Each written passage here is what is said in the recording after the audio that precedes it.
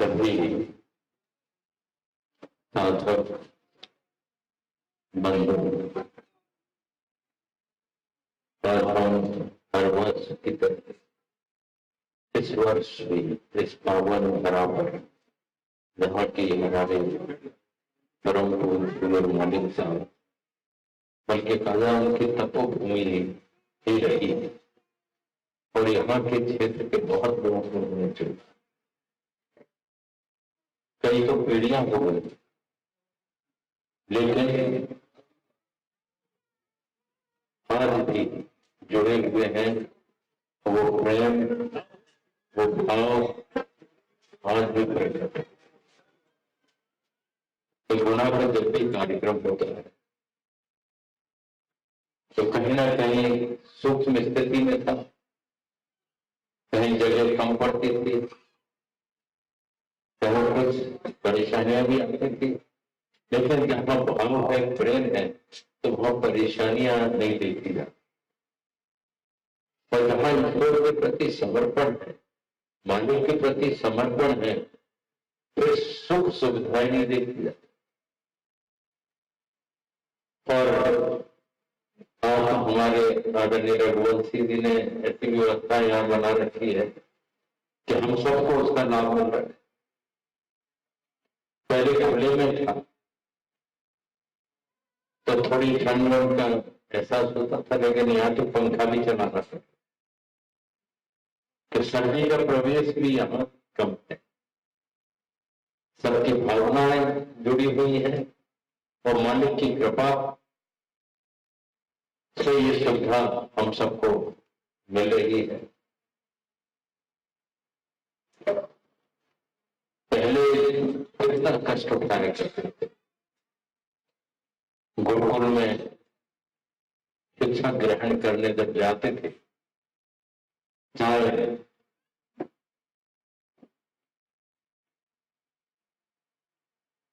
भगत सुदामा जी या भगवान कृष्ण, सब में कोई अंतर नहीं था, चाहे राजा का बच्चा है चाहे गरीब का बच्चा। उनका लक्ष्य जो था केवल विद्या ग्रहण करना। उसमें कष्ट है, अगर उसकी तरफ ध्यान है तो इसका मतलब हम अपने लक्ष्य की तरफ से कहीं ना कहीं पूरी तरह समर्पित नहीं है, जैसे कि हमें लक्ष्य मिले। जो लगन होती है, विश्वास होता है, तो उस हर स्थिति में उस लक्ष्य को प्राप्त करना चाहता है, चाहे उसमें कष्ट हो। और फिर उनकी कृपा है कि कष्ट के बिना भी वो हमको प्राप्त हो जाए, लेकिन उनकी मौत के ऊपर से यहाँ गुना क्षेत्र के सत्संगी बहुत प्रयत्नशील रहे। पिछली बार तो लग रहा था कि शायद गुना के प्रसंग का भी नहीं बन पाएगा। तो शरीर के साथ कई चीजें जुड़ी होती है। देह धरे का दंड है, सब कामों को हो, ज्ञानी भुगते ज्ञान से और मूर्ख भुगते हुए। लेकिन घर कितना है कि साधु संग्राम है, रैन दिवस जूझना। जो सच्चे उस तरफ कैसे समर्पित महापुरुष होते हैं, वो अपनी परवाह नहीं करते। कितना भी कष्ट हो, कुछ भी हो, कष्ट देने वाले तो उनका तो स्वभाव है कष्ट देना, लेकिन वो समझते हैं कि ठीक है, जिसका जो स्वभाव है बना रहे, पर ज्यादा लोगों को लाभ मिले, उनको उस परम आनंद की प्राप्ति हो, उस मार्ग पर लग सके जो वास्तविक कल्याण का मार्ग है। विभिन्न मार्ग है, कई मार्गों से कई लोग चल रहे। एक बार किसी ने प्रश्न किया था कि गंगा में पर बहुत घाट बने हुए, तो ईश्वर ने ऐसी व्यवस्था क्यों नहीं की कि एक ही घाट बना देते और वहीं से गंगा के स्नान का आनंद मिल जाता, उसका स्पर्श का आनंद मिल जाता और उसमें ईश्वर की कृपा मिल जाती। तो किसी ने जवाब दिया कि घाट अनेक है, तो हमारी सुविधा के अनुसार बिना धक्के मुक्के के हम उसका आनंद ले लेते हैं, गंगा स्नान कर लेते हैं। उसी प्रकार से विभिन्न संप्रदाय, विभिन्न मार्ग है, हर मार्ग से कोई चल रहा है, लेकिन सबका लक्ष्य तो एक ही है। जैसे वह गंगा स्नान करना है, उसी तरह से ईश्वर की कृपा प्राप्त करना, जाने के मार्ग को, लेकिन सच्चे है और सच्चाई के साथ चले। समर्पण हो तो सच्चा हो, विश्वास हो तो सच्चा हो, तभी हमारा काम बने। ईश्वर की लीलाएं, ईश्वर की कृपा, मालिक की कृपा कैसे प्राप्त होगी, वो कैसे कृपा करेंगे और किस तरह के हमारे संस्कार है, हमारा प्रारब्ध है, ये हमें नहीं मालूम, पर उनको पता होगा कि इसको ऐसे लाभ मिलना है, इसको ऐसे लाभ मिलना है, और उसी तरह से वो कृपावंतों की कृपा, जितनी दृढ़ता समर्पण में आती है, जितना विश्वास स्थिर होता है, श्रद्धा होती है, तो दूसरी बातें उसमें पैदा नहीं होती। श्रद्धा है तो श्रद्धा है, समर्पण है तो समर्पण है, विश्वास है तो विश्वास है। जो डामाडोल हो स्थिति, तो काहे का विश्वास, काहे का समर्पण, काहे की श्रद्धा। जो स्थिर हो वही श्रद्धा है, वही समर्पण है। जहां कई चीजें पारिवारिक तौर पर उत्पन्न हो जाती, कई परिस्थितियां पैदा हो जाती, तो हम डामाडोल हो। लेकिन अगर किसी ने अपने हृदय रूपी मंदिर में उस परमात्मा को पता, उस ईश्वर को जगह दे दी है, तो निश्चित तौर पर वो स्थिर चित्त होगा, स्थिर होगी उसकी स्थिति, मन भी स्थिर होगा, तन भी स्थिर होगा, और वो डामाडोल नहीं होगा। और उसी की आवश्यकता। समय बहुत निकलता चला गया, यह गुना क्षेत्र से वो जो मालिक साहब ने सन 31 में कई लोगों को जोड़ा, और उस समय से लोग जुड़े और उनके परिवार के सदस्य बराबर अभी भी जुड़े हुए हैं। पीढ़ियां भी हो गई, लेकिन वो जुड़े, और जुड़े इसलिए हैं कि स्थिरता की एक विश्वास था। हमारा विश्वास डामाडोल यहां तक कहा है, एक फकीर के बारे में, महापुरुषों के बारे में, जो सच्चे महापुरुष हैं, सच्चों की हमारे पास तो पहचान होती नहीं है, हमारे संस्कार ऐसे होते नहीं है किसी की हम स्थिति जानते, लेकिन वो तो जानता, यही विश्वास हो जाए तो हमारा काम।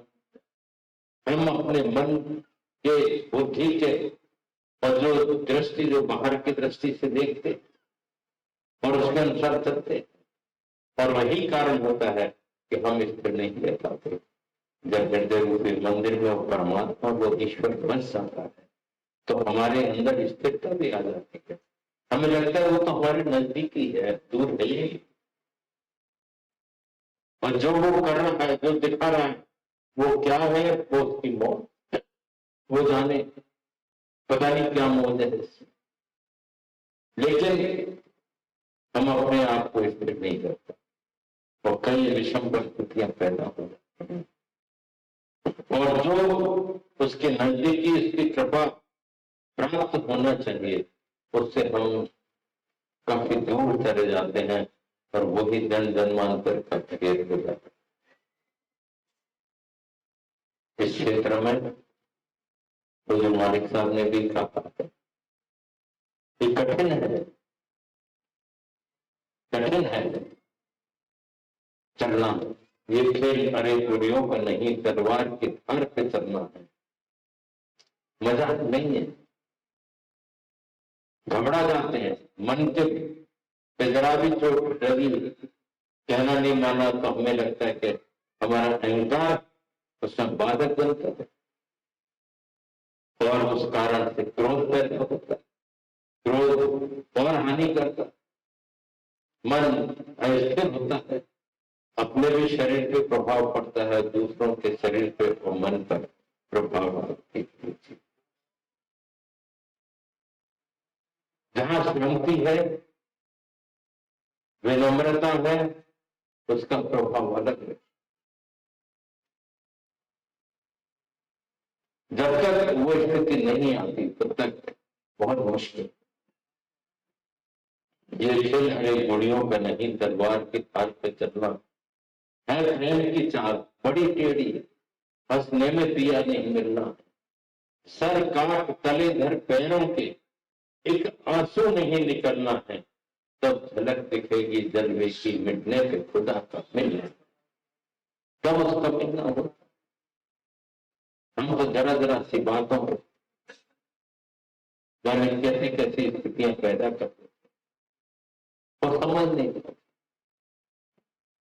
मन के विपरीत उसमें चलना ही पड़ता और चल करके फिर स्थिरता की भी आवश्यकता होती है।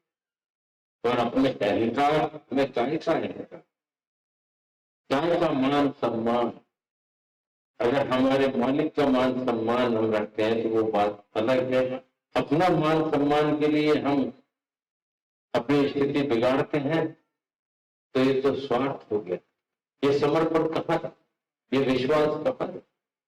हमारा मान, हमारा सम्मान, जो भी कुछ है वो हमारे मालिक है, सदगुरु है। अगर ये ख्याल रहता है तो हमारी बहुत सी चीजें, बहुत से प्रारब्ध संस्कार निकल जाते हैं और उनकी कृपा सहज में हमको प्राप्त होने लगती। तो धैर्य से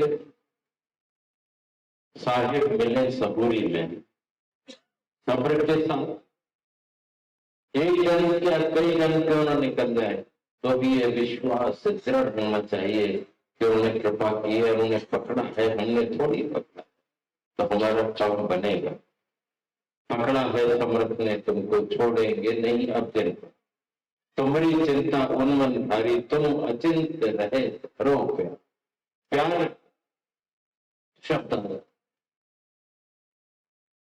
इसके हकीकी की बात है। अगर वो पैदा हो जाए, ये प्यार थोड़ा उतार चढ़ाव, ये वो तो स्थिर रहता है, अंदर से होता है, वो हमेशा होता है। इश्क हो गए तो हकीकी इश्क होना चाहिए, इस सिवा देने के जितने हैं आशिकों ने रोना चाहिए। और वो रोते हैं, दुनियावी चीजें क्षणिक होती हैं, क्षणिक सुख के पीछे हम जाने क्या क्या खो देते, तो जो परमानेंट स्थिर है उसकी हम परवाह नहीं करते और इसीलिए हमें पार्वतिक लाभ नहीं मिल पाता, मन की एकाग्रता नहीं हो पाती, क्योंकि हमारे अंदर द्वंद चलता है, शंका और भ्रम में जीते हैं। अपने मालिक पे विश्वास जिसका होता है उसको शंका और भ्रम की कोई गुंजाइश ही नहीं, उनके एक शब्द पर वो बारी बारी। और ममता क्या होती है, गुरु ने अगर कुछ कहा तो तुरंत उसका पालन हुआ तो वो तो गुरु मुक्त, और पालन नहीं तो गुरुमुक्त है ही नहीं। और जब तक वो नहीं आती है तब तक हम उसके पास नहीं। और बल्कि ये भी कहा है, गुरु जो करे तो कभी ना कर, गुरु कहे तो तुरंत कर। एक बड़ा उदाहरण समझाना, एक महात्मा जी कहीं जा रहे थे, उनके साथ एक शिष्य, तो रास्ते में एक खेत पड़ा, मान लें कि चने का खेत, उसमें चने की फसल लगी हुई थी, उसमें से जाना पड़ता, तो खेत का थोड़ा नुकसान हो रहा था। एक बुढ़िया उसकी रक्षा कर रही थी, बुढ़िया ने देखा देखो ये चले जा रहे हैं और मेरी फसल को नुकसान कर रहे हैं, तो बुढ़िया ने गालियां देना शुरू की। जो भी उसको तो उसके पास खजाना तो वो प्रकट किया, जिसके पास जो खजाना होता है वो सब कुछ उजागर हो जाता है, प्रकट हो जाता है। जिसके पास शांति होती है उसकी शांति प्रकट, जिसके पास जो कुछ होगा वो ही निकलेगा। और वो बहुत चिल्लाने लगे, कई तरह की गालियां उसके मुखारबिंद से निकलती रही। जो राम का नाम निकलना चाहिए वो तो सवारी नहीं है। उस समय तो वो दिखता था कि मेरी फसल नष्ट हो गई है, मेरा नुकसान हो रहा है। और उसने बहुत कई बुरे शब्दों का उपयोग किया। और गुरु जी ने अपने शिष्य से कहा, जो ब्रह्मचारी था, हट्टा कट्टा, उस बुढ़िया में एक चाटा लगा। अब वो ब्रह्मचारी ने, शिष्य ने उसकी तरफ देखा तो बुढ़िया 80 साल की। अब वो क्या करते हैं, वो कहता है महाराज 80 साल की बुढ़िया में चाटा मारोगे वो मर जाएगी। गुरु जी एक ही धुन लगा, जा चाटा लगा, चाटा लगा, चाटा लगा। अब शिष्य तर्क कुतर्क में लग गया, कहना मानना तो, इसीलिए गुरुजन ज्यादा जोर नहीं देते किसी। शहर जनाए मौन कह रही है, इस सारे में कहते हैं नहीं माना तो खुद ही कष्ट भोग ले।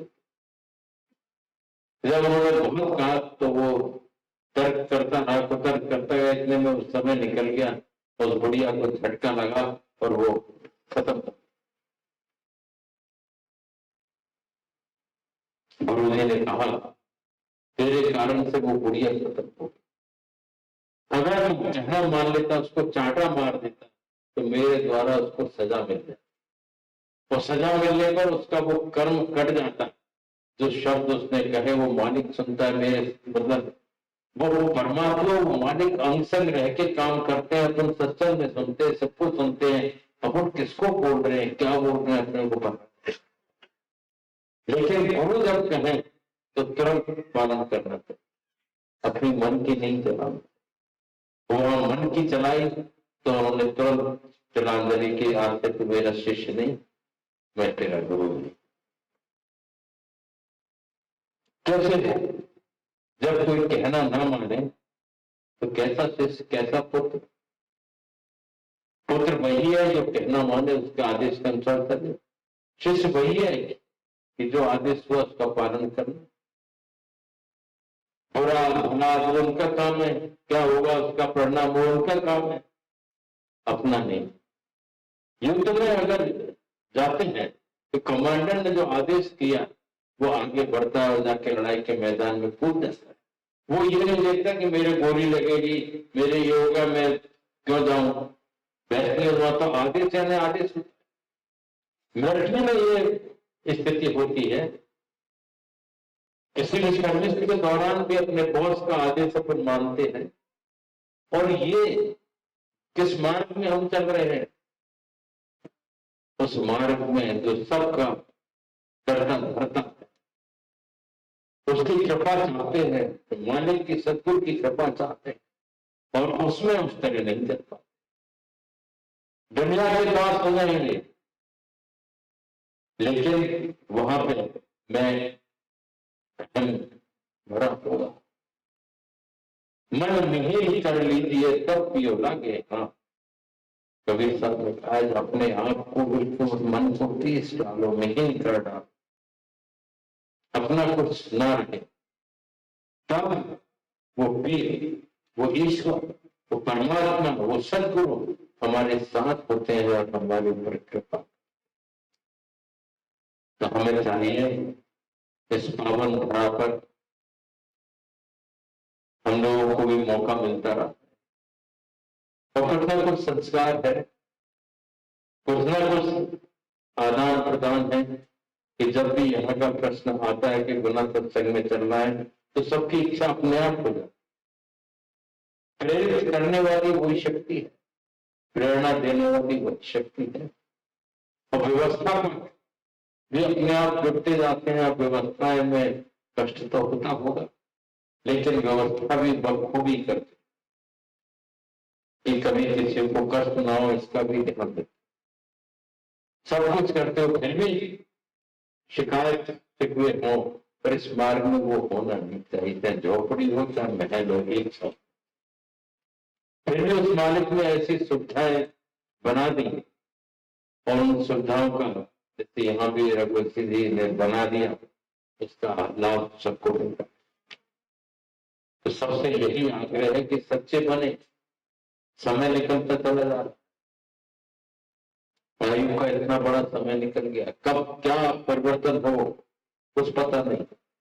जो समय मिला है उसका लाभ उठाएं और सच्चे बने, सच्चे बने, सच्चे साधक बने।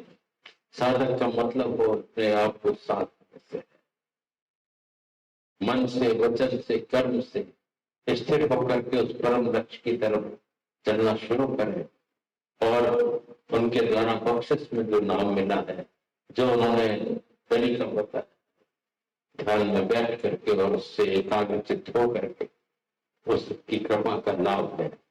हम भी सतगुरु दयाल से प्रार्थना करें, क्योंकि आज पहला दिन है, थोड़ा विलंब भी सब कोई हो रहा है, लेकिन फिर भी कई बार हिमाचल की यादें आती, पुरानी यादें आती कि शाम को सत्संग में बैठते थे और सुबह हो जाते थे। लंच होता था 4 बजे और डिनर होता था 3-4 बजे रात। वो स्थिति रहती थी, और कई दिन तक ऐसी स्थिति चलती रहती थी, लेकिन एक उत्साह रहता था, प्रेम रहता था, सब में उल्लास। हम तो यहाँ उदाहरण दिया करते थे हिमाचल, लेकिन आज भी हिमाचल देवभूमि है, वहां लोग जाते हैं दर्शनों के लिए। वहां अधिकतर हिमालय में कई महापुरुषों का वास है, कई अदृश्य शक्तियां आज भी कार्य करती है, लेकिन हमारे क्षेत्र में भी कम नहीं है। वो वहां है तो यहाँ भी कम नहीं है कि उनकी कृपा ना हो। उनके लिए तो सब एक था, चाहे हिमालय हो चाहे,